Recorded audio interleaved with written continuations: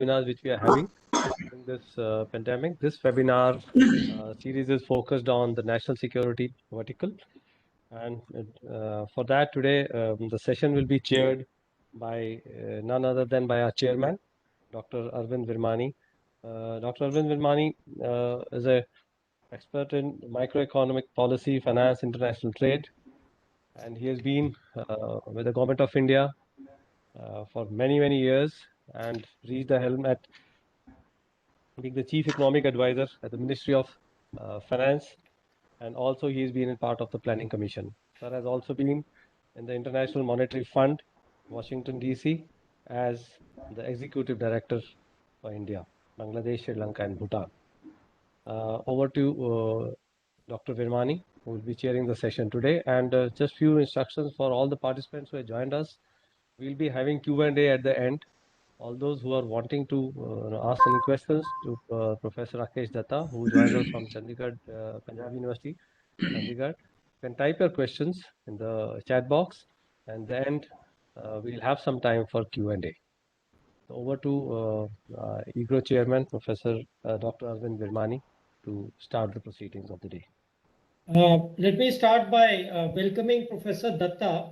It's good that, of course, having lived in Delhi for a long time, lived and worked in Delhi, I'm familiar with all the national security experts who've been here in the past 20 years. So, but it's very good. I'm very happy that Dr. Mohinder has invited somebody from outside. So let me welcome you, Professor Datta. It's very glad to have you. So let me just give a brief introduction because we are kind of running late now. Dr. Rakesh Datta is a professor at the Department of Defense and National Security Studies in Punjab University. He has an MPhil in Defense Studies, and his doctorate thesis was on China factor in India's security. He has been a visiting fellow at the Center for International Studies, University of Cambridge, and also member of various international associations. He has been a member of the National Security Advisory Board of the Government of India, which, as those of us who have dealt with national security know, that it's a very important external advisory body. He has also taken part in many tracking and other initiatives which run with the support of the government or in parallel. With that, let me hand it over to you, Professor Datta, and please everybody switch off, mute your thing, because otherwise it creates a disturbance when the speaker is talking. So please make sure you're on mute, all those who are listening. Thank you. Over to you, Professor. Thank you, sir. Good evening to all. Let me begin by placing my gratitude to Colonel Mohinder Pal Singh for inviting me to speak to this prestigious foundation. I am equally thankful to Dr. Virmani to chair the online session. I've been asked by Colonel Mohinder to speak on national security futuristic aspects, trends rather. Let me confess it at the outset that national security is a dull subject in our country and has a limited constituency and other establishments. Forgive me is using the word which I have already said it. At the same time, ladies and gentlemen, it's very significant and an overarching discipline, including everything under the sky. So what I plan to share with you all in the given time is, one, the comprehensive view of national security, bringing its conceptualization, and followed by the second component of mapping new trends, the inflection point. What I'm going to do is, I am going to, because it generally causes obstruction when I take this online classes. But I assure you that I will not let you sleep, nor I will. Is it okay, Karnavendra? Absolutely, absolutely, sir. Go ahead. Everybody, total attention. Yes, yeah. Well, the phenomena of national security, in simple words, ladies and gentlemen, is universally acknowledged as securing the nation from external aggression. Its conceptualization could be traced to the Treaty of Westphalia way back in 1648, giving rise to modern state system based on the idea of state sovereignty. But interestingly, the term was not used until after World War II. The modern etymology of the term could be traced to the United States Senator hearing of August 1945, when the term was perhaps used for the first time by the then Navy Secretary of USA, James Coastal. By 1947, the term became popular to the extent that USA passed its National Security Act, but somehow the term could not be defined precisely and left open to broad interpretations. I think there's somebody who has not. Please, All are please requested to mute keep your. your mics, please, everyone. Or Vivek, you can mute and mask everyone. Please But carry for on. me, later in 60s, ladies and gentlemen, it was argued that it may not mean same thing to different people, and it may not have precise meaning at all. However, 2 decades hence, it was reasoned why national security remains a weak, conceptualized, ambiguously defined, but politically powerful concept for the practitioner of state policy. The term, however, later, like other concepts of social sciences, was described as elusive, ambiguous, amorphous, perceptual, and contested. While ambiguity seems to be part of inherent subjectivity in determining the nature of threats to national security, the elusivity was because what is contemporary or modern today would be termed as traditional tomorrow, or what was modern yesterday has become traditional today. It's a time cycle whose parameters keep changing, conditioned by numerous interactive variables, and it is a collective perception of the time which decides what is best at a particular point of time.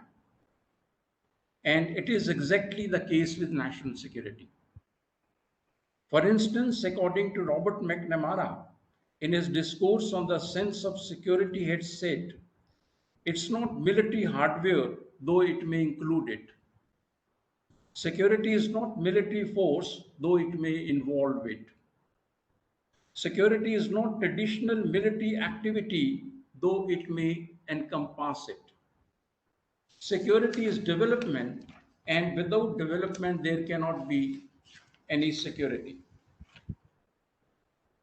It does not therefore means safeguarding territorial integrity, but ensuring rapid industrialization, a cohesive egalitarianism, and technological society.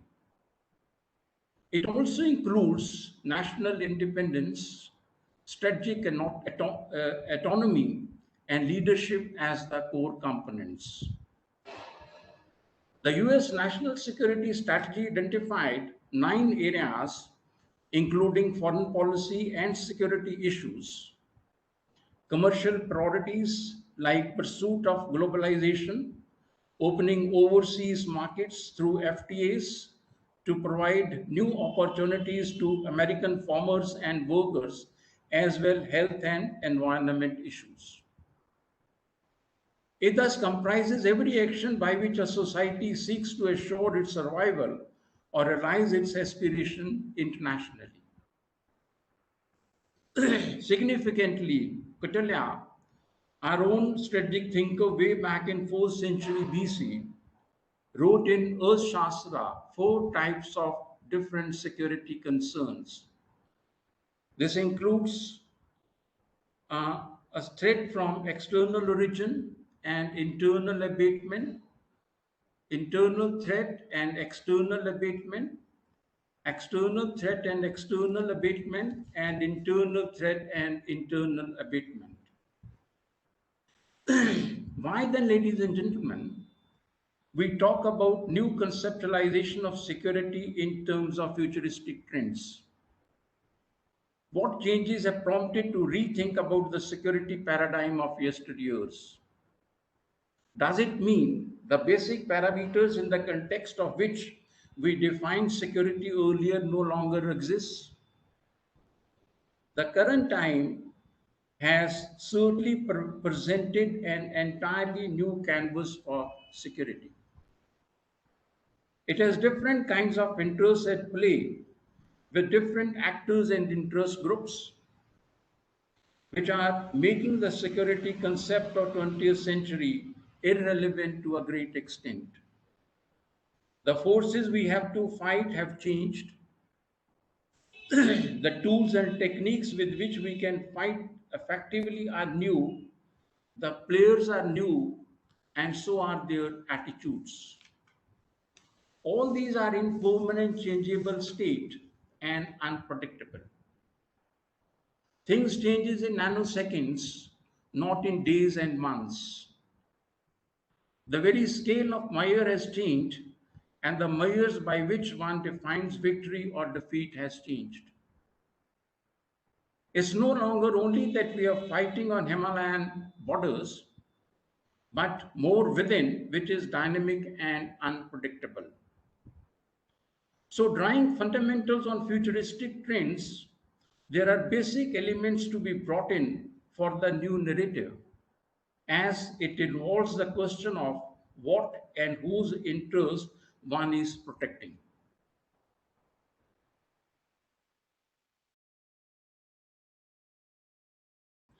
That, the last that we had was the Britishers who had been there with us a bit from in 18th, 19th, and first half of 20th century, when both India and Indians remained unconcerned and disinterested in how the country was plundered, destroyed, and abused.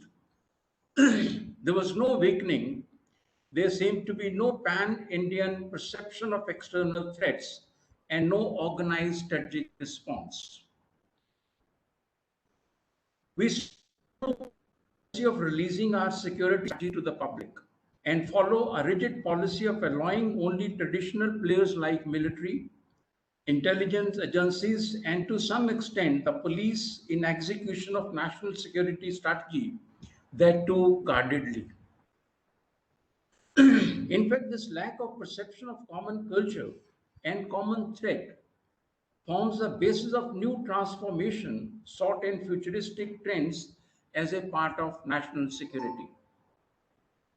The Chinese military modernization way back in 80s was not perceived by any other nation as beginning of a new trend in making in the long run, but mark it as nearly 3 decades after We can't hear the speaker. We can't hear the speaker, please. You can't hear? He's audible to us. He's audible. We can hear, sir. He's audible to you? Yes, sir, he He's audible. Am I audible? Yes, you're audible, sir. Please carry on. Okay. But mark it as nearly 3 decades after the 4 pillars of modernization, such as agriculture, science and technology, industry, and lastly defense, produced by way of genetic engineering or bioweapon, outstripping all existing components of national security with devastating consequences all over the world. The truism was, it was as much a global feature as it an Indian reality, with lesser impact seen in China. So when Mike Tyson said everyone has a strategy till they get punched in the mouth, it has a meaning. The current crisis, ladies and gentlemen, which has hit us badly, actually demonstrated how deeply inadequate and fragile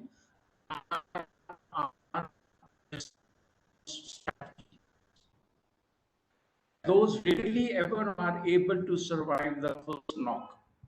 The principal challenge in national security, therefore, is that the threat paradigm today is one of bewildered complexity and of great strategic uncertainty, such that national security structures in their current form will continue to play to catch with. The risks of change are profound and dispersed across domains, traditional and non-traditional, conventional, non-conventional, and gray, technological, geopolitical, or in the democratization of combat, in the character of war, and in the relationship between the kinetic and non-kinetic, to name just a few. There was a time when wars were simpler affairs, fought in single domain, land, air, and sea. Technological changes were incremental. They largely kept pace with doctrinal changes, evolved in their respective silos, and were confined principally to the physical domain. Today, the three domains, land, sea, and air, have merged like never before, with fourth space and fifth cyber emerging as additional points of impact and fusion. Also, combat is no longer confined to the physical domain. It is as much a feature of the informational and cognitive domains. The force and diplomacy, the defense and foreign policy can no longer be viewed as distinct firmaments. They are closely intertwined in terms of effects and outcomes. Geostrategic realities are being altered without a shot being fired. Along with the complexity of change is the specter of strategic uncertainty, events, developments, the occurrence of which cannot be anticipated with any degree of certainty. It is not that long-term planning and strategizing have not helped. There have been many successes. The last 30 years have seen more progress by humankind than the last 3,000 years. Thanks to many silent revolutions, those of good governance, incisive ideation, the gifts of reason and rationality, many indices of human security have seen a significant improvement. But we have, on more occasion than one, also erred grievously despite pointed evidence. For example, America failed to preempt the 9/11 terror strike, or in spite of Bill Gates' prescient warning of 2015 with respect to pandemics, the nations reduced their mandatory funding to the WHO from 70% of 1970 and 18% in 2019, with obvious consequences on research, epidemiology, and the ability of WHO to cope with issues of global public health and national, regional, global security structures fail so utterly to act. Is COVID-19 really a black swan event?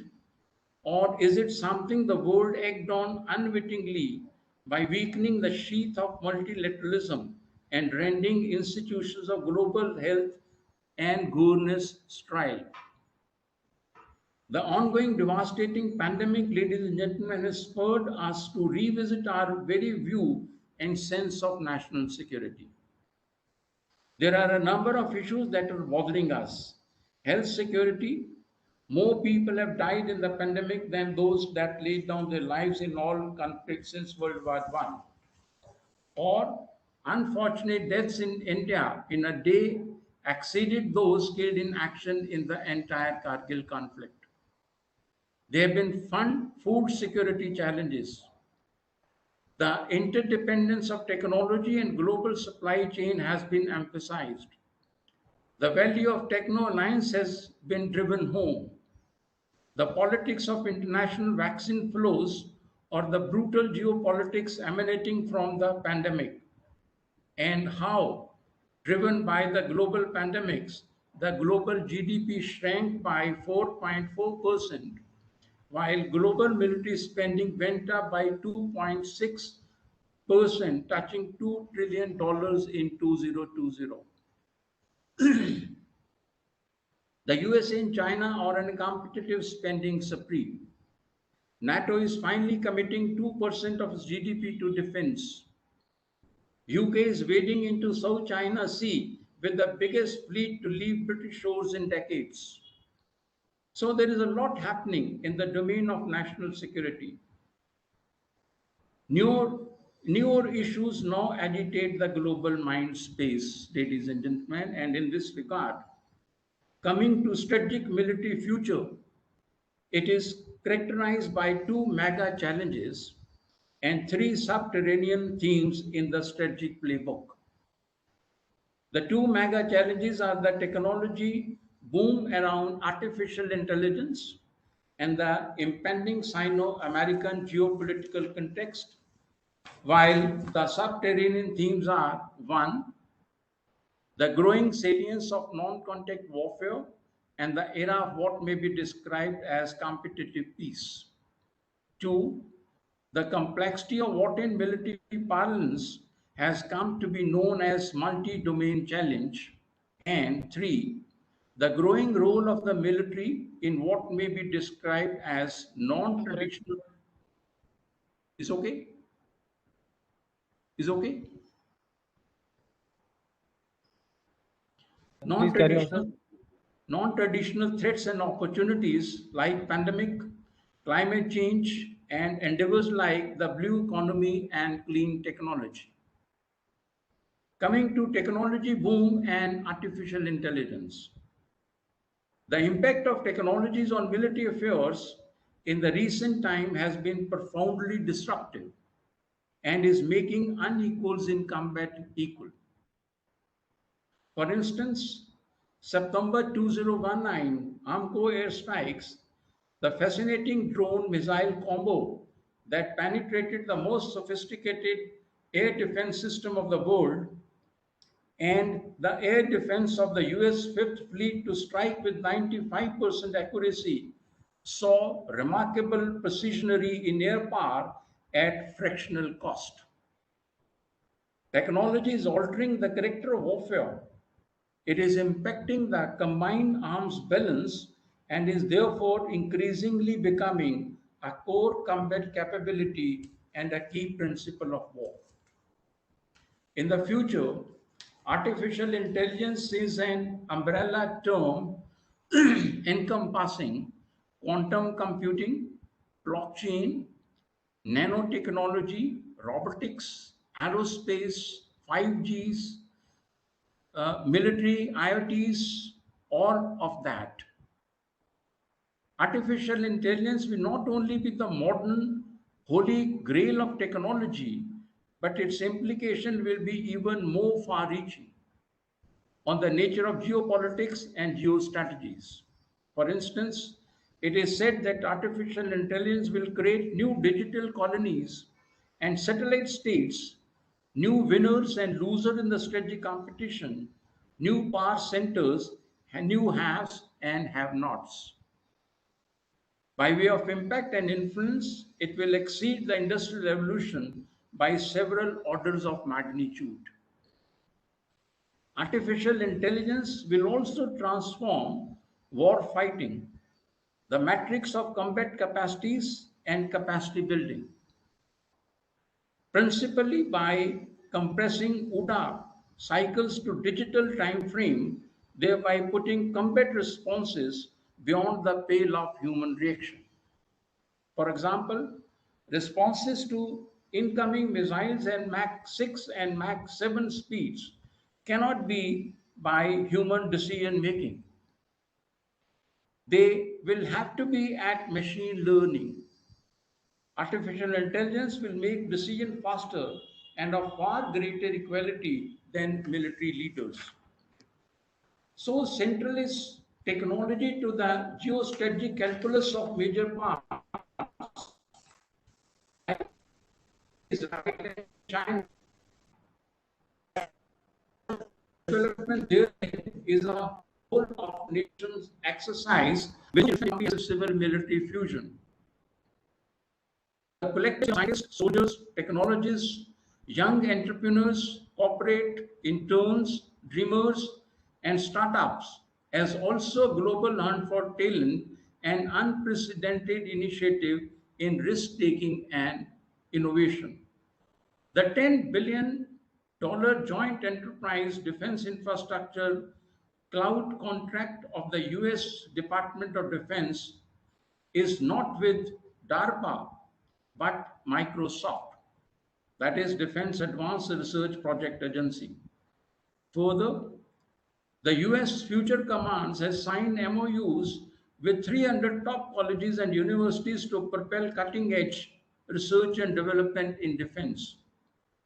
The task force will be two-thirds uniform and one-third civilian with agile teams to rapidly develop prototypes, capabilities, and create a talent pool for the future. Artificial intelligence thus is making an announcement of arrival on the battlefield through the two bigs, USA and China. On the other hand, China's National University of Defense Technology, in their 1,000 talent plan, recruited 10 top-of-the-line professors from across the world to drive cutting-edge military projects. They have opened military science talent recruitment stations in various countries abroad, like Auckland, Zurich, and Madrid.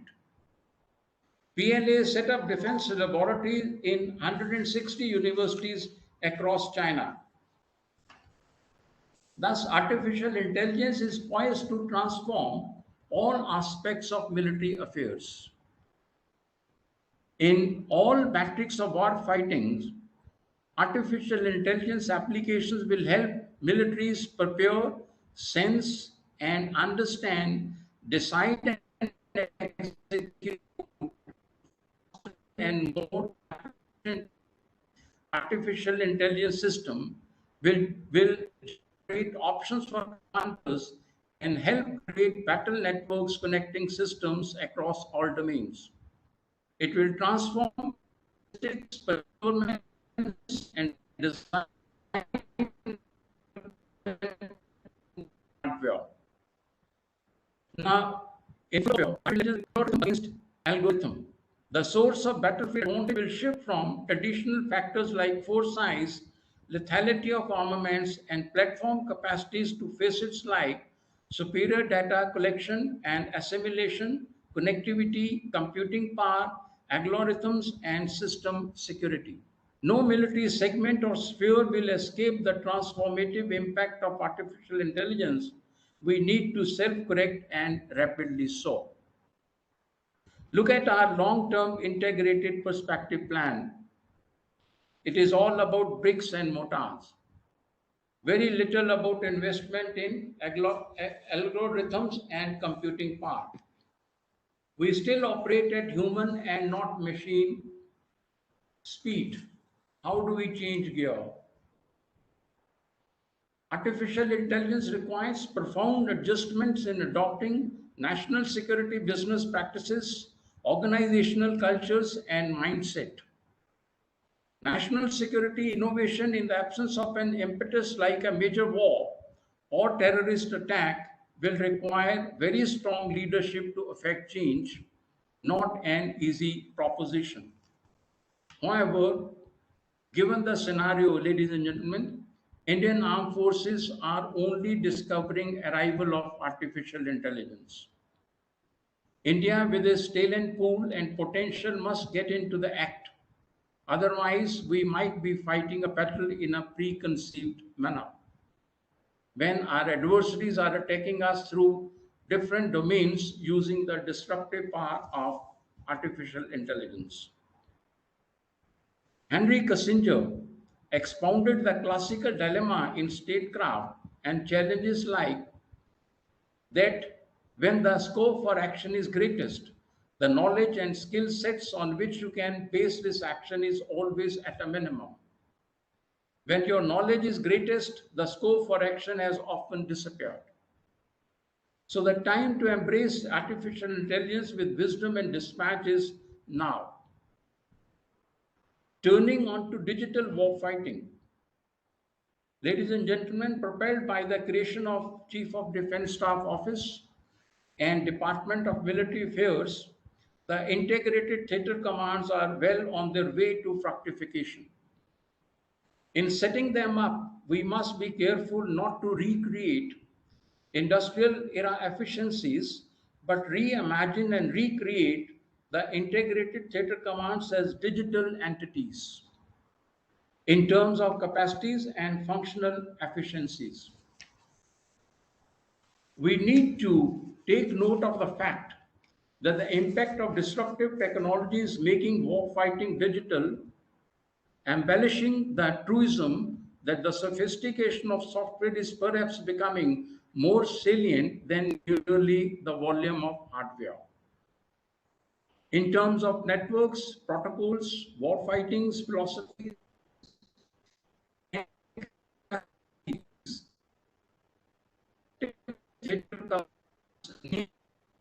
concurrently gets digitalized also. Additionally, military capacities in the future will not be about building the biggest tanks, aircraft alone. Investments in the software of hardware will be just as significant. The future may well be about algorithmic warfare, which is, in a sense, is about capacities. In the digital realm, all civil military boundaries and silos will have to dissolve in terms of sharing of ideas, information, and assets. We should, by way of example, be able to tap into the principle of any sensor, any shooter. So, a naval missile platform at sea should be able to queue into a NTRO asset in space and at digital speeds. That would necessitate complete digitization and convergence of network as also radical elimination of bureaucratize. Similarly, if we are to become leaders in the field of cutting edge military technologies, civil military fusion in the form of cross pollination of talent from across government, business, academia, and industry will once again be critical. There's little doubt now that China is the signature geopolitical challenge of the era, as also in the near and mid future. As China accelerates the pace and timetable of its accumulation of economic, technological, and military prowess, it is very clear that it is not like the USSR going to crumble under its own weight of contradiction. It is steadily catching up with the USA. The USA is equally determined to remain numero uno. It is very likely, therefore, that 2020s will see an upstick in Sino-American competition with a possible spillover into violent outcomes. The period 2022 to 2035 will be one of intense contestations, concerns, and worries. There may be contestation over Taiwan in the South China Sea, in the wider second island chain, and in the Indo-Pacific. Nations will need to make geopolitical choices, make their strategic partnership more robust, and prepare for a hotter version of the Cold War. The skill and wisdom with which nations navigate the national security challenges that flow from the impending Sino-American contest will define their place in the world. The principal national security challenge before India, dare say, is also the very daunting prospects of rise in China, a power whose economic zoom and military gallop have indeed been unparalleled in history. We now need a smart strategy to manage the return of China to the world. We too are a rising power, but our transformation is occurring in the shadow of China's even more impressive accent. A closer partnership with Washington may likely represent India's best chance to counter China. However, whenever in the recent past we have been tested in the operational, tactical domains, our responses have been fairly good. Say Natala, Sumdrungcho, Doklam, and now Ladakh. We have need to buttress and energize our tactical operational responses in a larger strategic military frame. That's a principal challenge. And what do we need to do? I must here like to say that we are strongest tactically, we are poor strategically, and we are poorest grand strategically. And we lack well-defined institutional structures for deliberating and deciding on matters of grand strategy. Further, on revisiting the larger narrative, there's a growing salience in subterranean or non-contact warfare in an era of competitive peace. Additional Western-style militaries, including our own, have for long focused on the classical war and peace disposition and the nuances of an all-out conflict. Our adversaries, therefore, have reframed the strategic context as a continuous struggle in which military and non-military instruments are used unconstrained by any distinction between peace and war.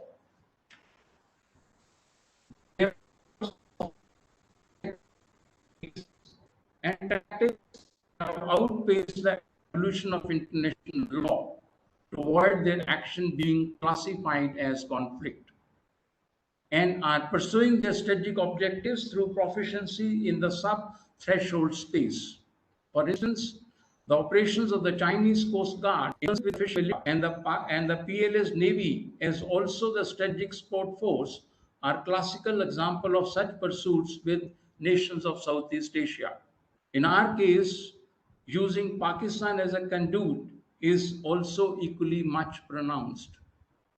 The future, therefore, will belong not merely to armies of attrition, but equally to armies of cognition, those that can win the strategic contestation in the competitive space through wile and guile and fight imaginatively even from a distance.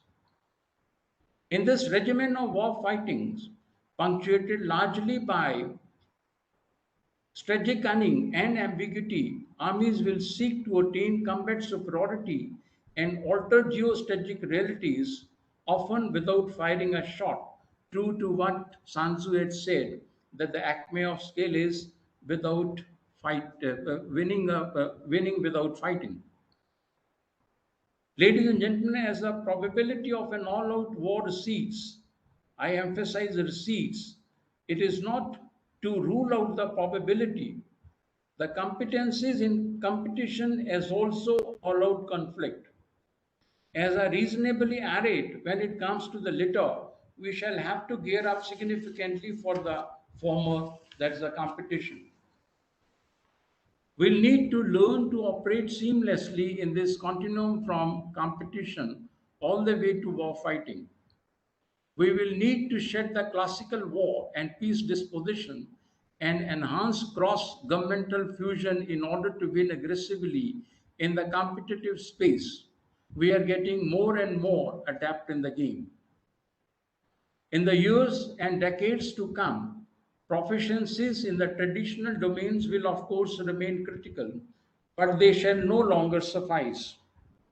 The skills with which we integrate skills in space, cyber, artificial intelligence, edge computing, the electromagnetic and cognitive, that is information-driven domains, with the traditional domains, integration and leveraging of capacities across domain will be decisive. Added to this is a non-traditional domain, which is one of equally opportunity equal opportunity and promise for the Indian military. In this regard, the blue economy, the climate change, and clean technologies are just among a plethora of areas waiting to be tapped. We seem to be emerging as a leader in climate change. Now, given the bucket of options available, militaries such as ours must be careful to ensure that we are not dominant and irrelevant at the same time. Dominant in a form of warfare and technologies that are no longer relevant. India is a powerful state that dominates South Asia, rather a subcontinent, an asset that has given Delhi a larger margin for error and has historically encouraged our decision makers to take a much more relaxed attitude towards its security than than what is required. There is no existential threat we have, as is simply put up, but the rising dangers from adversaries and within is significantly reducing the margin for error, and we need to recognize this changed reality and cannot afford to wait for long. For any state, ladies and gentlemen, security has to be preeminent concern because without it, no other national objective can be pursued, including economic development, prosperity, and the national interest. Thank you. Jai. Thank you very much, Professor. I think I particularly appreciated, well, two things. I guess you have given us a good historical and academic background, which we tend to forget here.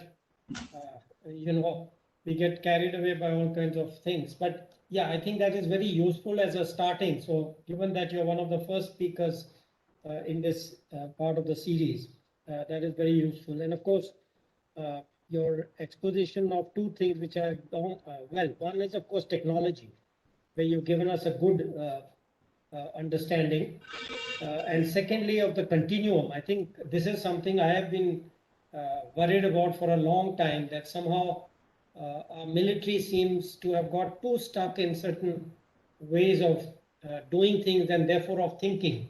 Now, I'm sure there are very bright officers, younger officers in the Army, Air Force, etc., who think about these things, but like you very clearly emphasized, one has been worried that this doesn't get integrated with the upper defense management and so on. So I think that is very useful reminder for us. With that, let me open it to comments and questions. I see a Major General Mathur here, if he wants to ask something or give a comment that, to start off the things. It's good to have you. Thank you very much. Firstly, Professor Datta, it was an excellent discourse, and we got to the crux of the national security strategy. Unfortunately, in our nation, we haven't given a due thought to formulation of a national security strategy. Right from the time we got the power, transfer of power, what you call as independence, I don't think that we ever, worked on a comprehensive national security strategy. If we had given it a thought at that point in time, probably 62 may not have happened. 62, we didn't know what is hitting. Now, having seen the changes, more importantly, changes in the technological world, the reformulation of the national security strategy is becoming all the more important, as the Professor Datta had said. Only one point I want to tell you, that the comprehensiveness of the security strategy has not been dictated lately. Right from the times of Chandragupta and Chanakya, and even prior to that, what you have in your epics, Mahabharata and Ramayana, the security of any state was always a comprehensive package depending on the situation at that point in time. In 71, the technology was not all that much, but yet it was a all-encompassing national power package, which included everything, including the non-military civilian human resource. So what we need to do is now we need to have a all-encompassing thought for national, because everything depends on a strategy. Your profile of the armed forces will emerge, will emanate from the strategy that you want to adopt. If you want to be a global power by say 2100 or 2150 or whatever, your equipment profile has to accordingly change. So I think there is no denying the fact that there is a requirement for a comprehensive national security strategy, which I'm sure with what he has already covered with the making of all the CDS and being this NSA being what he is, and a lot of other things coming up, is going to be the final way to do it. One thing, which important thing, just one last point, please give me 1 minute, is that we need to take adequate care of our national border management strategy, because what he was trying to say, 4 types of threats, external, internal, this, that, and all 4. If the border management has to be streamlined and border management hierarchy has to be spelled out very clearly. You can't have ITBP guarding a border in the line of actual control and the responsibility of the border with the army or duplicacy. That is the kind of thing which I am trying to hint at. We need to work out a proper border management strategy also as a part of the comprehensive national security strategy. I think I've made myself very clear. An excellent lecture, sir. Thank you very much. Thank you, Major Mathur, Major General Mathur. Okay, Dr. MP Singh, you have noted some questions. Go ahead. I'll hand it to you for the time being. Thank you very much, sir. Firstly, thank you so much, Professor Datta, for such a comprehensive talk on futuristic trends. So before I read out the questions, I have got 2 of my own questions.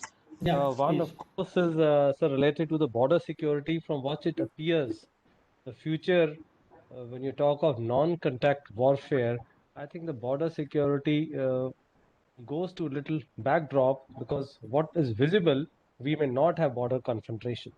And presently, our armed forces are primarily guarding our 15,000 kilometers of land and maritime border.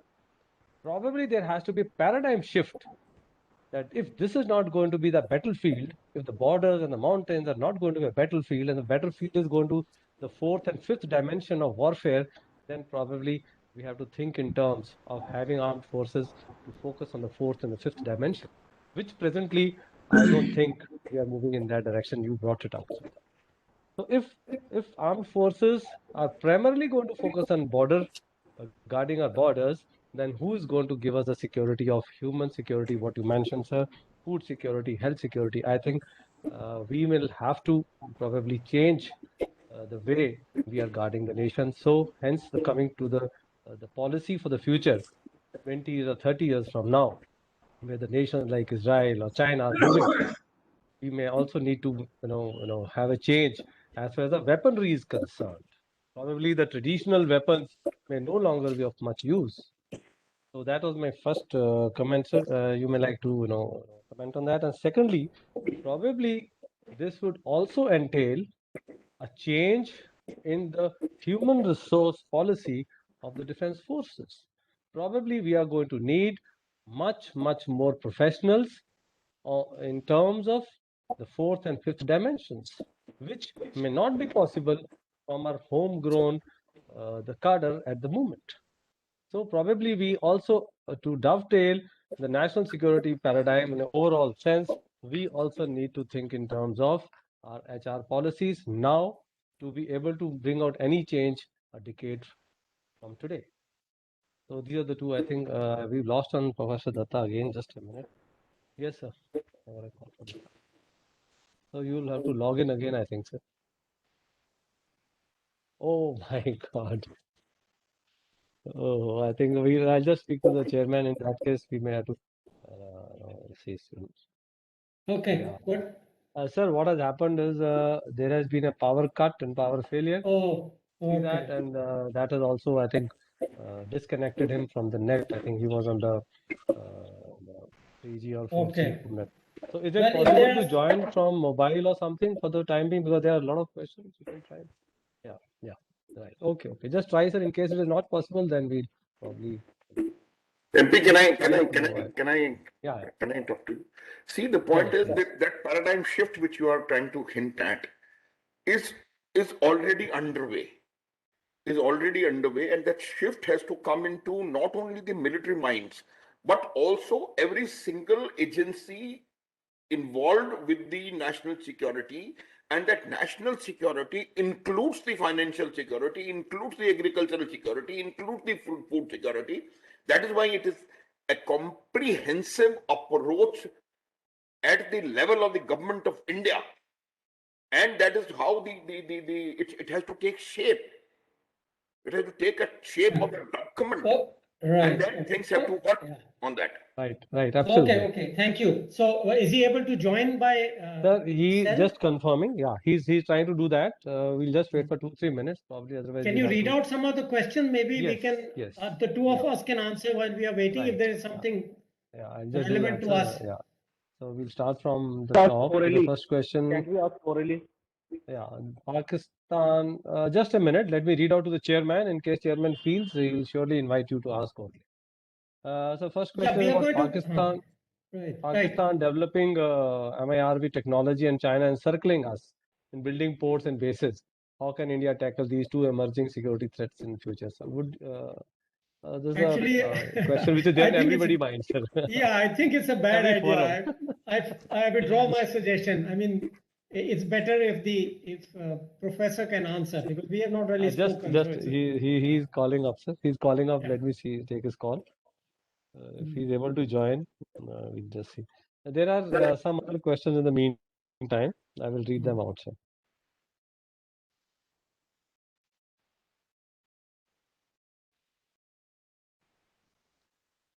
Uh, Sir, are you able to? Datta sir, have you joined? Are you able to join? Sure, sure. Okay, sir. He will be joining in 2 minutes, sir. So I'll go, Vimani sir, with your permission, let me go to some other questions.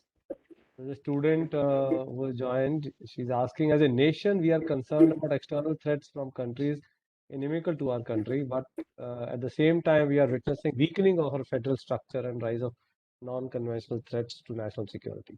At this time, what could be the security imperatives for India?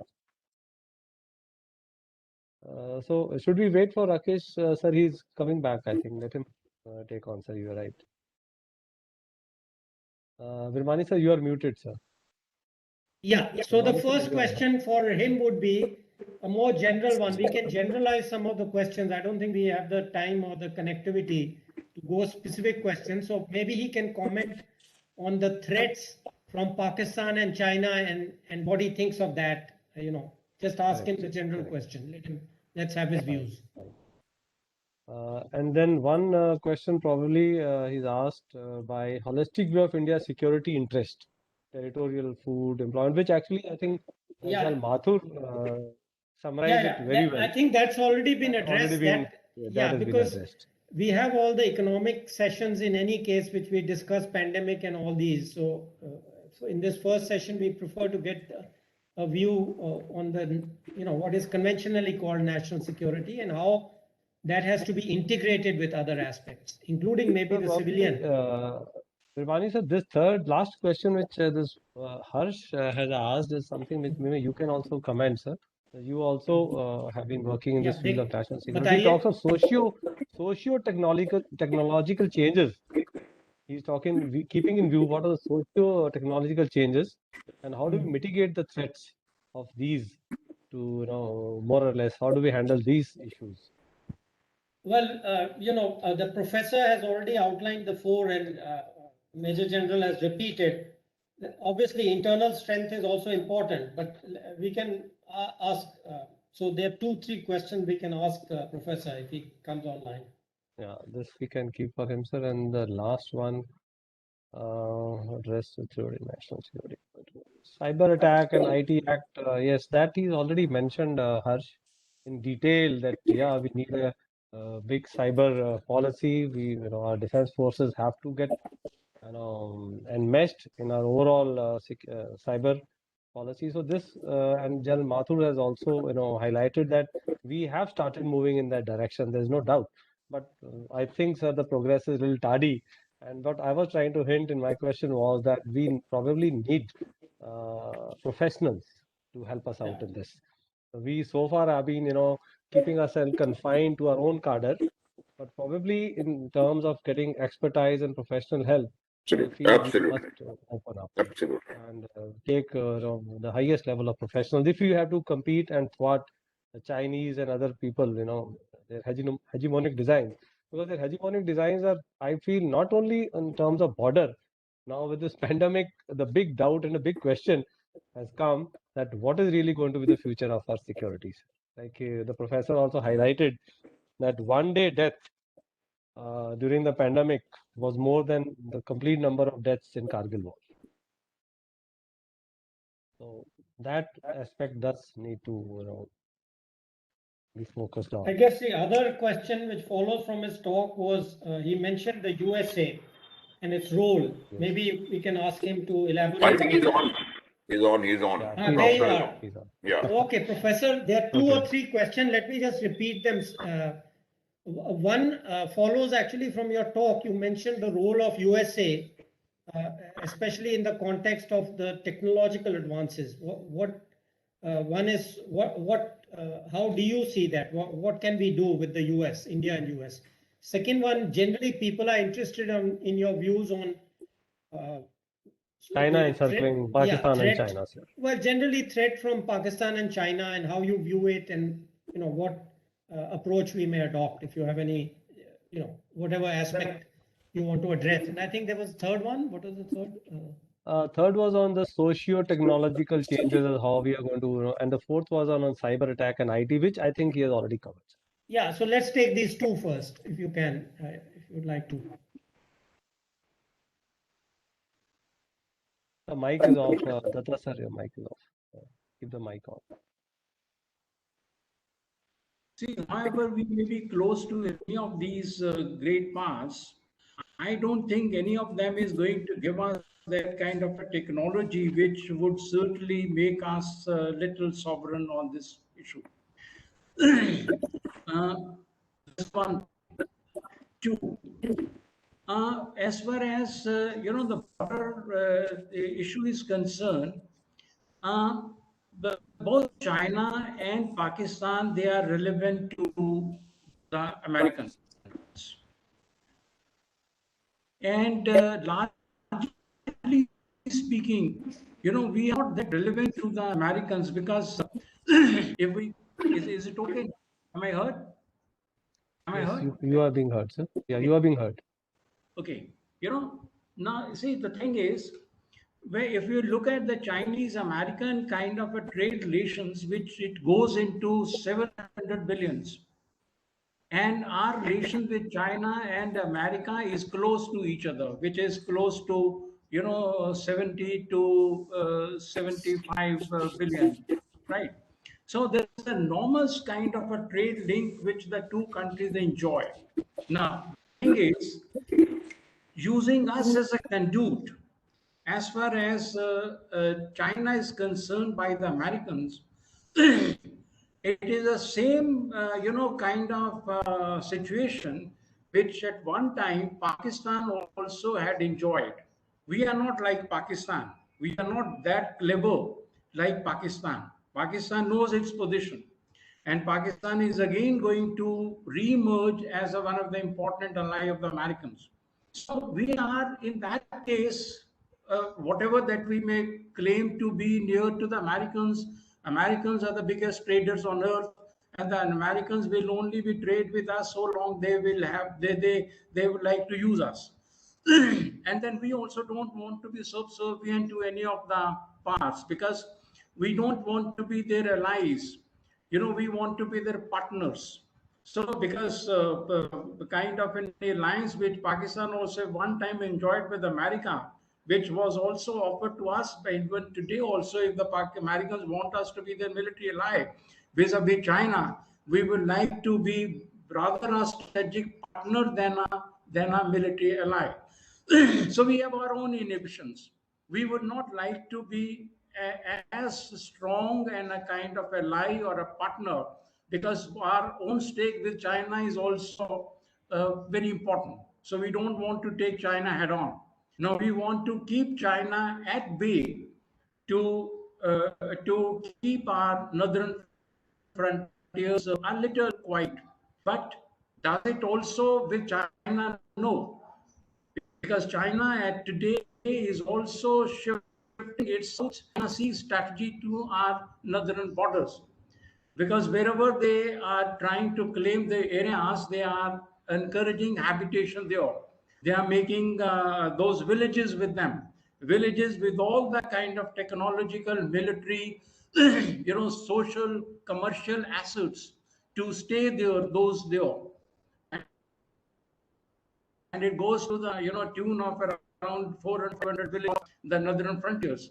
So if that is the kind of scenario which is emerging on our northern frontiers, we as such, because as Chairman Vermani also said, that there the integrated approach between the military and the politics in our country, it hugely lacks.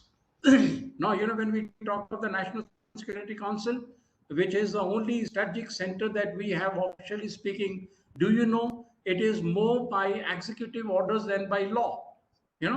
And the same kind of CDS also, which was seen to be panacea for the armed forces all through. Now that CDS is the kind of mandate which has been given to it, is hardly which is operational, and which is unlikely to be like the kind of CDS which had been there in rest of the other countries. So our kind of approach to national security is only now another thing that also that we are not very strong on national security is because our policy of security is only of defending ourselves.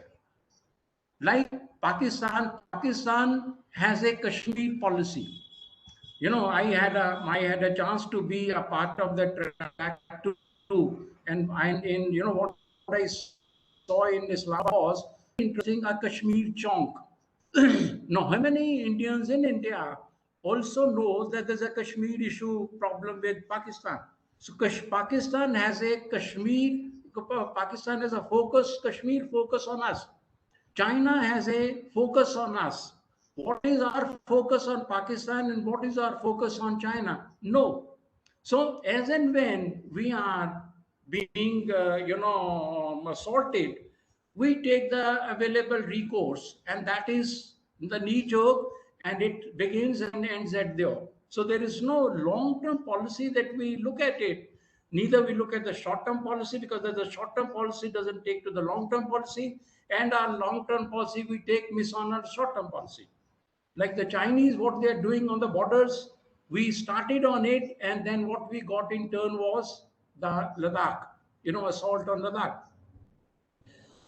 So I think we have to see our national security view also very rationally, as General Anuj also had said, and in a very focused way, which we have failed to see it right from the day 47 for the lack of the strategic perception with our political leadership, which hardly exists.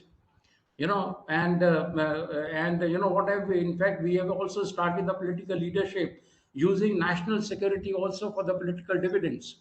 So as and when there are certain, talk of some issues which is going to come up politically, now we have started seeing some of the actions being on the borders.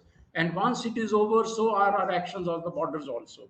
So we have those kind of approaches which somehow have not been true to themselves, with the result that we skip our national security and we suffer on our national security. Sir, Chairman, sir, there are two questions on bio warfare, and it has opened our eyes to this. So, can we have the views of the speaker on this bio warfare? Most likely, hinting towards this COVID thing. No, I mentioned Nothing on this Yeah, bioweapon. I mentioned on the yeah, he's bioweapon already mentioned. Yeah, as a part of the Chinese military modernization, right. in which they had that agriculture, So, science, tech industry, and military, and then finally they produced a bioweapon, in which the rest of the yeah, world is vehemently, targeted, and less of the Chinese themselves. yeah. But this is So, a new approach which I, has yeah. begun. Yeah. So I think more interesting in a way is what you're saying about, when we say there's no national security strategy, most people who are not practitioners don't understand. But I think what you have explained just now, that it's a more short, medium-term defensive attitude, unless you have a strategy which Very right. looks at the long-term threat. Unless I until like the you have way. a focus. Unless until you have Yeah, a exactly. focus on That the gives a national short, security. to understand what is their approach, what is it they are after us, then only, and work backwards from that. So that's a good point, which I just wanted to emphasize. And another I would thing, The just sir, like to another even thing, what add, I sir. found. I would just like to No, add, another kind of China has. 1 minute with due reference. What I found, as a part of my being with the government of India is, I mean, there is no consolidation of this country. We are always bothered about what Iran is doing, what Afghanistan is doing, what Pakistan is doing, what Saudi Arabia is doing. No, what have we been doing? There is no such consolidation. And all these countries, they first focus on their internal squabbles, and then they will come out. You talk of China, you talk of any other country, including Americans. Everybody has consolidated themselves from within, and then they have come out. But we had not been clear what is that we need to do it first to get on to the second. So we have mixed up approach. With the result, there have been successes and failures, a mix. Actually, there was a question relating to internal. Do you remember that, MP? Yes. What was that Yes, sir. There was a internal? question related to, I'll just give a summary of that. They said that we are all the time concerned about external threats of inimical countries.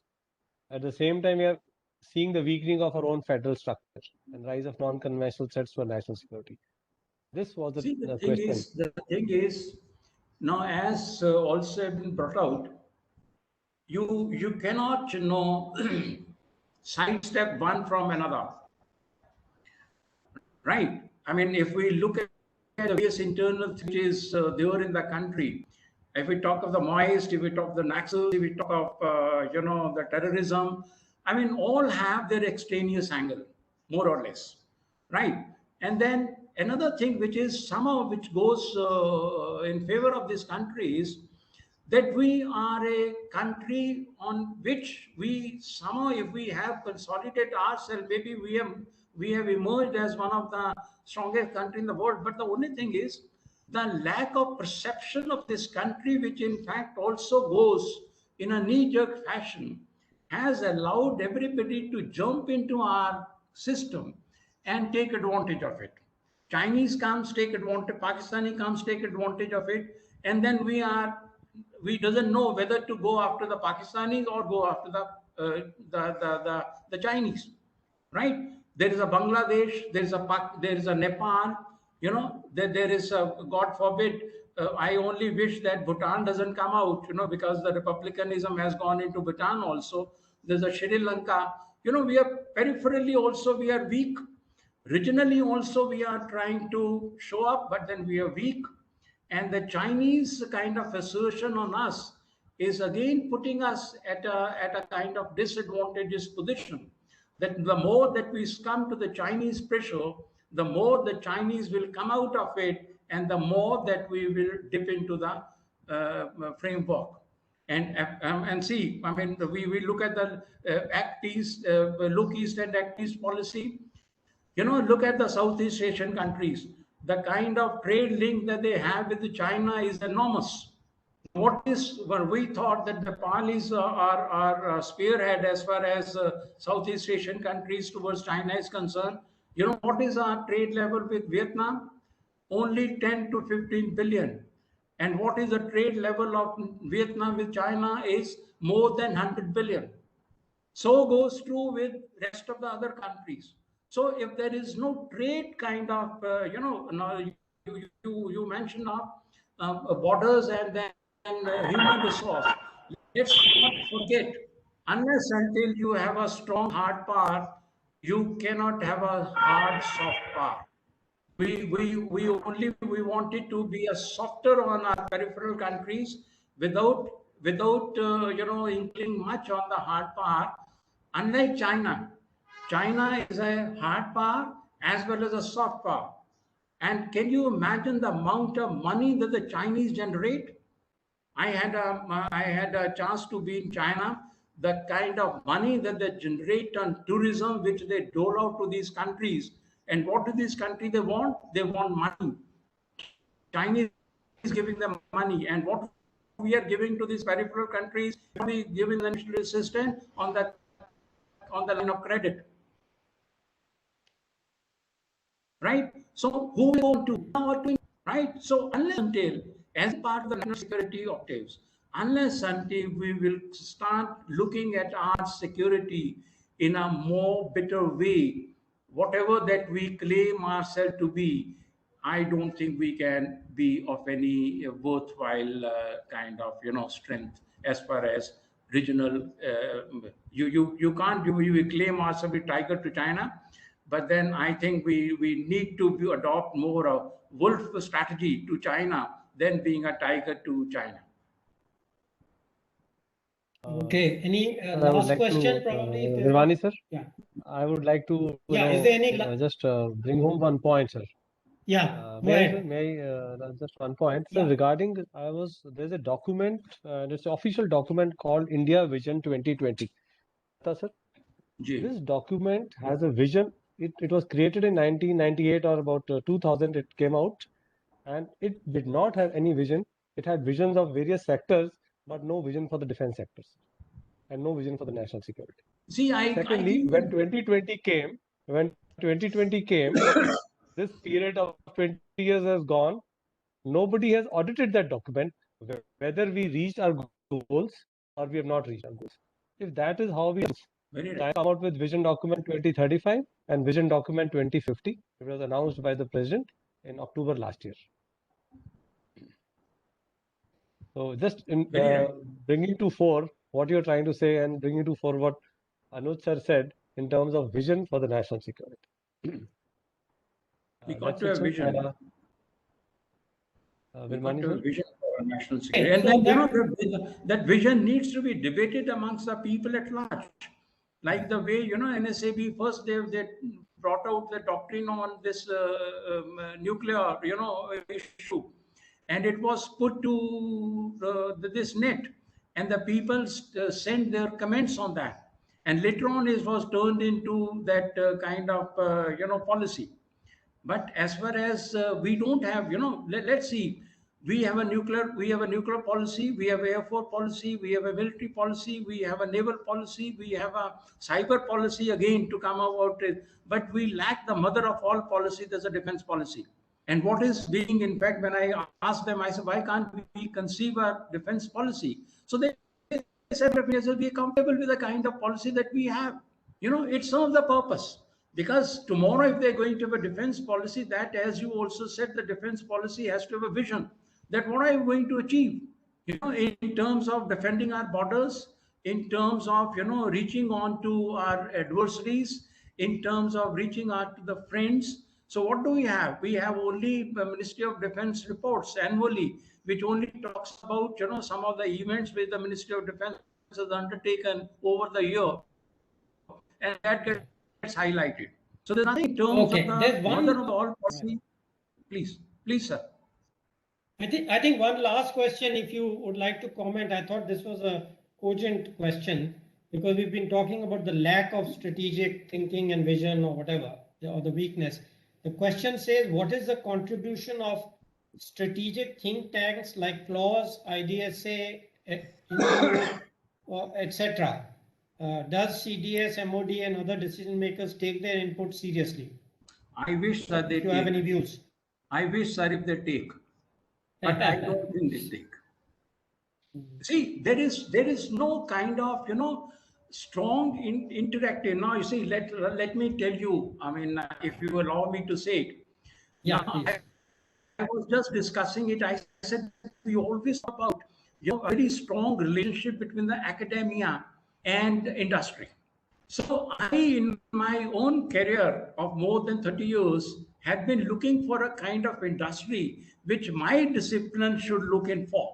So what I just came to know was that my industry is the defense, is the defense sector.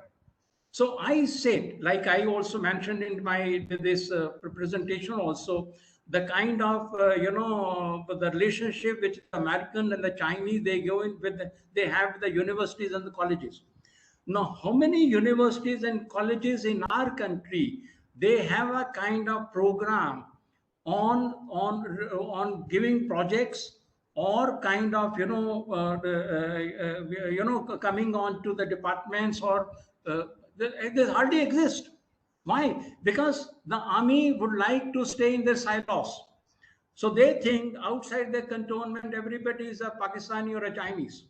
They're the only patriots, and rest everybody is the enemy. We are as good patriots, Colonel Mahendra Singh and General Anand, with due reference, we are as patriots.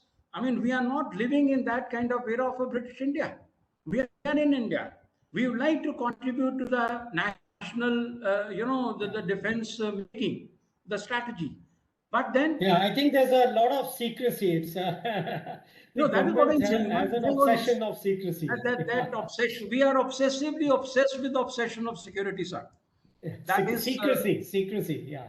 that is what it is. Secrecy. I don't know who are they keeping the thing secret from. Everybody knows everything. Put a net that you can see where the placement are squadron also, which squadron the characteristic of an aircraft. So there's nothing like secret which is left. But the only thing is that obsessionism is very dominating amongst them, and that they have to shed with somehow, and then treat people outside the forge also as their good co-brothers, which I wish General Anuj will take care of it, and so is Colonel Mahindra. Okay, Ambish, if it's finished, I don't. Did I see a hand or something? I think we have a. I think I would like to. There's one also. hand up which I see, Mr. Sharma. Okay, quick question, Mr. Anil Kumar Sharma. Yeah, good afternoon to all. Thanks for the great speech and exposition. My question is limited, which is, how do you see Quad given our reluctance to join military alliances? Does it serve any purpose? Does it serve any purpose, or does it only serve to irritate China more and more? Even if the Quad is in place, still there is no irritation to China, because look at the partners in Quad. I mean, there is no military structure attached to Kuwait. Look at the kind of trade relations with the Australians they have with China is much stronger. They survive on China. Look at Japan. They have their own irritants with China, but they don't want to come very strongly with China.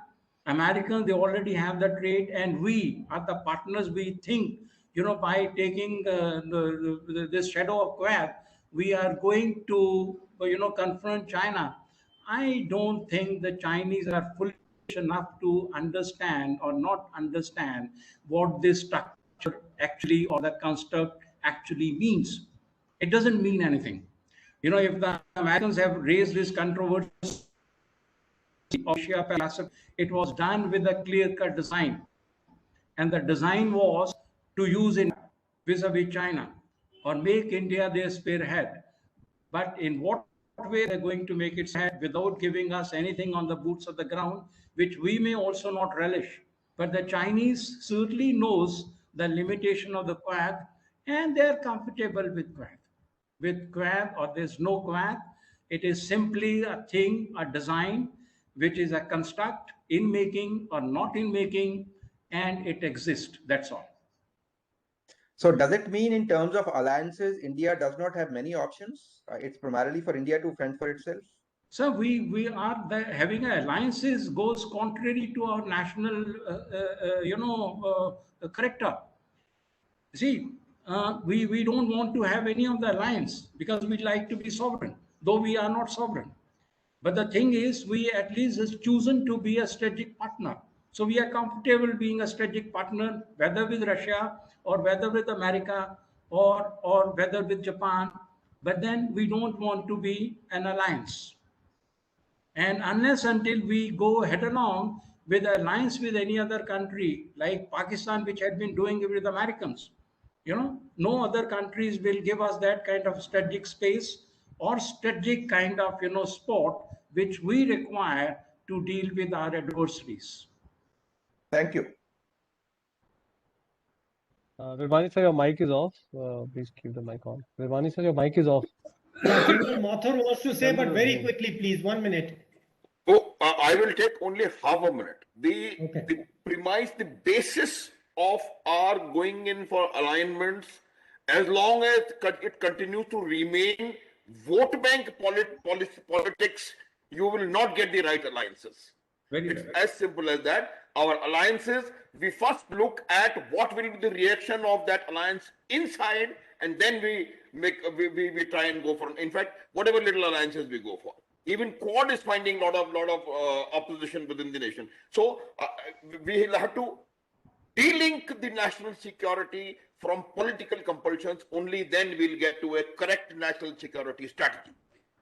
Okay, thank you. If I may add, Yeah. sir, if I may add. Yeah, please. It was having 171 war. I mean, the political leadership didn't know what to do with that. And it is said that Dr. Manmohan Singh at that time had advised Mrs. Gandhi to use that victory for the political dividend, which she used, and she won. Now, same thing is now being undertaken by the political dispensation today. But then again, it is, as you rightly said, only for the political vote bank, not for improving the national security structure of the country, because there is a fear, and that fear is very dominating. Whether look at the armed forces and look at the demography, which goes into 130 and 140 crore. Nobody knows the actual figure. But then look at the statistics of the armed forces, comes down to 0.000000, simply 13 lakhs. But still there's a fear. And that fear is always a sword of Damocles on these people, but they like to use it for their own political advantages than for improving the structure of the security in this country. Thank you very much. Okay, thank you, Professor Datta. Let me conclude the Thank you, session sir. and hand it for some remarks by MP, Dr. MP Singh. You want to conclude the... No. Sir, I would basically be talking about the upcoming sessions. Yeah. So Please. tomorrow we have at 5, this is for all the viewers, I'm sure you will be joining us.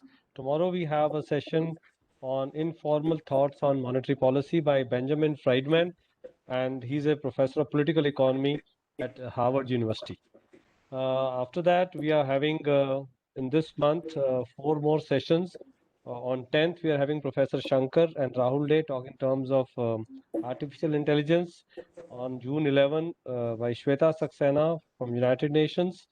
And then 18 June, Ambassador Manjeev Puri of Nepal. And then so on, we'll keep updating you. And this list of sessions is also available on our website. And today's session will be recorded and it will be uploaded on our YouTube channel of EGROW.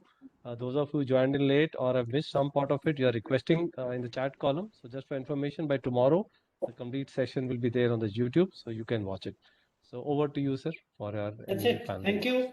That's it. Thank you, sir. Thank you all who have joined us.